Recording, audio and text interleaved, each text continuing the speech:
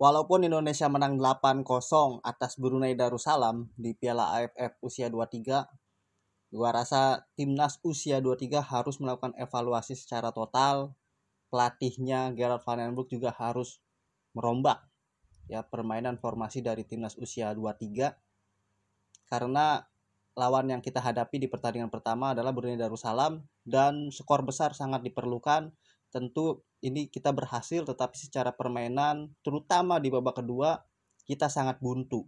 Kita hanya bisa mencetak 1 gol saja melalui Jan Schreppen, dan itu juga melalui long ball yang dilakukan oleh Muhammad Ferrari.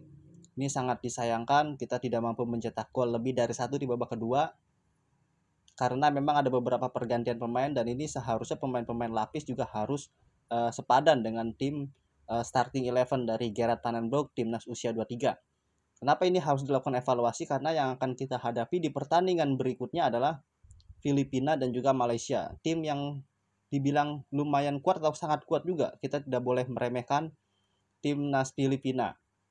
Secara permainan kita tidak terlalu bagus, terutama di babak kedua. Banyak melakukan passing long ball dari tengah ke sayap kanan, dari tengah ke sayap kanan, tetapi permainan di lapangan tengah, di lini tengah pun sepertinya buntu.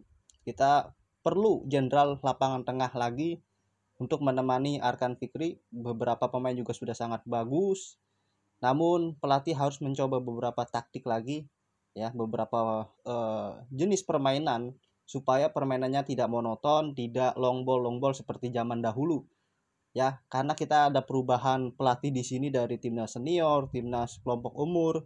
Tentunya harapannya dengan filosofi sepak bola kita yang baru ini mampu diterapkan di semua kalangan timnas sepak bola, baik kelompok umur maupun senior.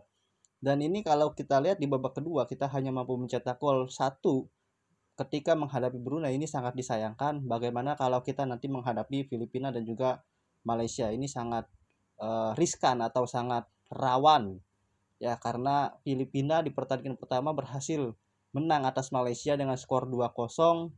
Tentu Filipina juga tim yang sedang beranjak naik di kelompok umur ya. Kita tidak boleh memandang remeh, karena di Piala AFF usia 23 ini yang diambil hanya juara grup saja dan 1 runner up terbaik ya.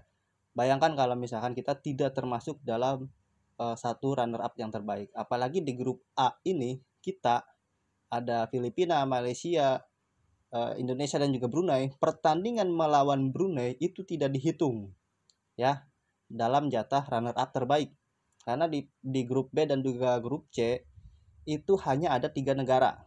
Beda dengan grup A. Grup A ada 4 negara. Tetapi pertandingan melawan Brunei Darussalam, berapapun skornya itu tidak akan dihitung dalam perebutan 1 runner up terbaik.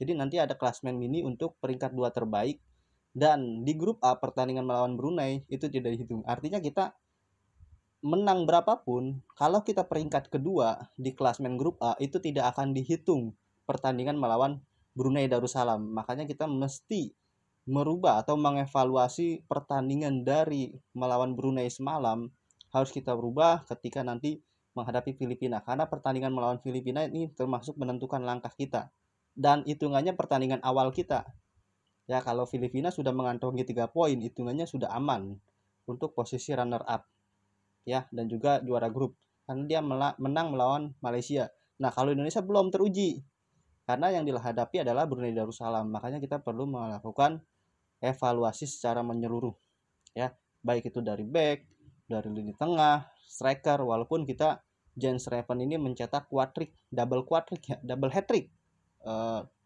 gol ya, 6 gol Jens Reven mencetak gol. Ada juga Arkan Fikri dan juga Rehan Hanan ini mampu mencetak gol. Tetapi menghadapi Filipina tentu berbeda dengan Brunei Darussalam, di mana kita harus beberapa mencoba formasi untuk menembus pertahanan lawan. Kalau kita mengandalkan long ball, tentu kita akan kesulitan nanti ketika menghadapi Filipina, karena Filipina jauh berbeda, jauh lebih baik daripada Brunei Darussalam tanpa mengecilkan Brunei Darussalam ya. Kalau teman-teman punya pendapat, silahkan nanti di kolom komentar ditulis bagaimana seharusnya formasi yang akan dilakukan oleh Gerard Van den Broek selaku pelatih kepala. Dan tentunya kita juga tidak ingin seperti timnas putri Indonesia yang bermain di kualifikasi Piala Asia, pertandingan pertama menang, tetapi 2 pertandingan berikutnya mengalami kekalahan. Ini juga sangat riskan, di mana di kelompok umur ini Filipina dan juga Malaysia merupakan tim yang bagus. Tentu kita juga punya track record bagus ketika kita berhasil menjadi juara di tahun 2019 di tangan pelatih Coach Indra Sapri. Tentu kita harus mengulangi lagi di tahun 2025 karena sudah 6 tahun yang lalu kita tidak juara, dan juga ini kesempatan kita bermain di kandang. Dan untuk masukan kepada PSSI, mungkin tribun dari Gelora Bung Karno itu tribun bawahnya diisi oleh supporter, jangan jual tiketnya untuk bagian atas saja ya. Jadi kelihatannya GBK ini terlihat sepi, padahal penontonnya banyak, tapi terlihatnya seakan-akan sepi karena penontonnya ada di tribun atas bukan di tribun bawah ya. Jadi formasinya saya harus katakan atau mengkritik kepada pelatih dari Gerard Van den Broek untuk melakukan evaluasi secara total, karena 2 pertandingan ke depan kita akan menghadapi tim yang sangat berat, yaitu Filipina dan juga Malaysia. Pertandingan yang sangat menentukan untuk jaga-jaga kalau kita tidak bisa menjadi juara grup, maka kita akan bersaing di peringkat 2 terbaik. Dan peringkat 2 terbaik yang diambil hanya 1, dan pertandingan melawan Brunei itu tidak dihitung untuk memperebutkan peringkat 2 terbaik, yang diambil hanya 1 dari 3 grup A, B, dan C. Dan grup khusus grup A, pertandingan melawan Brunei itu tidak dihitung. Begitu juga dengan Filipina, pertandingan melawan Brunei nanti tidak akan dihitung. Malaysia, pertandingan melawan Brunei tidak akan dihitung. Tapi untuk penentuan posisi runner up, kalau untuk penentuan grup, posisi grup itu pertandingan melawan Brunei tetap tetap dihitung, tapi khusus untuk grup A aja. Tapi kalau untuk runner up, perebutan 1 runner up terbaik untuk lolos ke semifinal Piala AFF usia 23 ini, maka pertandingan Brunei tidak akan dihitung. Oke, sekian dari saya. Wassalam.